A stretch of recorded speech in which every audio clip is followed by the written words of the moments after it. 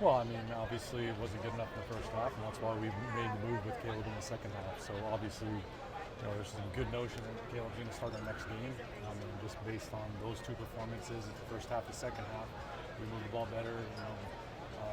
Scored more points with him in there, and obviously we'll evaluate the film. But obviously, I think Bethel knows, and everybody knows after that performance, it just wasn't good enough. But as a team, it's not on one guy either. That game could have been finished a number of different ways, and it wasn't. So, it's a team loss, bottom line. Defensively, you played well for about 58 minutes. When you needed to make a stop at the end, you didn't. Yeah, it was gut-wrenching. I mean, obviously, we all have faith on that sidelines, all belief. Our defense has come up with so many stops over the last 3 years, and to come up with one when we needed the most and not, that's football time at times. So, I mean, I know we'll learn from that. We'll get better from it, but again, I don't think it needed to come down to that. So, unfortunately it did, and they made one more play. And it is gut-wrenching, though, because this is a couple losses here at home where you feel like the game's there for you to win, and you don't. And now, you just got to continue to fight and continue to work and continue to stay together. I know you have to be optimistic. You have to believe in your team, but you're 1-4 without Davis Alexander. So how can you? I mean, where's the ray of hope? Well, I mean, just continuing to get better. Things happen for reasons. I'm a big believer in that. So our team is being tested and going to get stronger as these games go by. Guys are getting experience behind Davis. We'll find the winning formula with those guys. And then ultimately, as a group and as a team, we understand it's not just one guy, but it's all of us. And we all got to do our jobs each and every play and each and every game. And it's a three-phase football game, and we got to do that for 60 minutes in order to win games in this league. And when we don't, you lend yourself up for an opportunity like that at the end where you don't make a play and you get beat. But we'll always be more than one guy. But obviously that one guy has been very special for us. But we still have a lot of games to play without him, and we got to find ways. And that's what we'll do. Sorry, when could he possibly return? Is there any idea? No, there really isn't. So obviously I think it was. I honestly wouldn't hate to even speculate at this point, because once he does come back this time, it's going to be for good. That's what our hope is. So even if it's close, it's going to be one of those things. He could maybe play. We're going to give it one more week to make sure. Obviously don't want to lose him again. Is there anything you could say on the status of Thomas Orlington at this time? Well, I think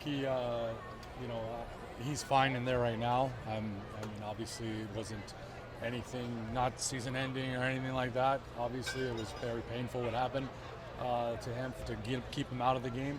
But in the locker room, he's fine right now, but we'll just have to reevaluate him before next game.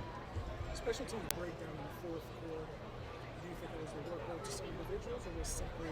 Well, no. I mean, the fumble on a field goal miss return. I mean, that rarely happens. I mean, it's unfortunate. Obviously not our main returners back there in returning, but Snead has the ball in his hands a lot.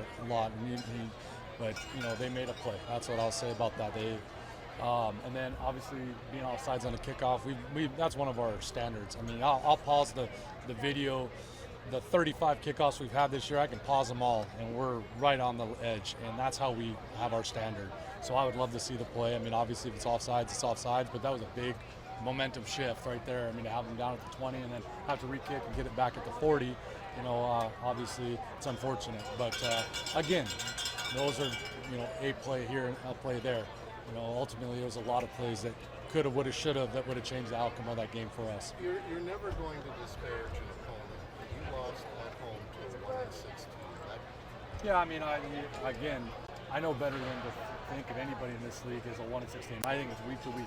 That team just fought Hamilton extremely tough. They've won to Saskatchewan, fought them extremely tough. So, in this league, if you do not finish games and you do not play well for 60 minutes, you have a chance to get beat every week. That's what the beauty of the CFL is. So obviously the games haven't gone their way. Well, they changed their quarterback, and their last 3 games they've been in every single game. They find a way to win one. So you just got to keep fighting in this league and keep doing it. And that's a good thing for us to look at. You just got to keep fighting and keep working, and good things end up happening to teams that do that. So there's no quit in this team. I can assure you that. So we'll just get back to work on our day and start to look at what we did or could have done better, and then reevaluate the situation. Obviously, personnel is going to play a big part this week of figuring out who's available to us. The mindset is to go into BC and find a way to win. Merci, coach. Yep, no problem.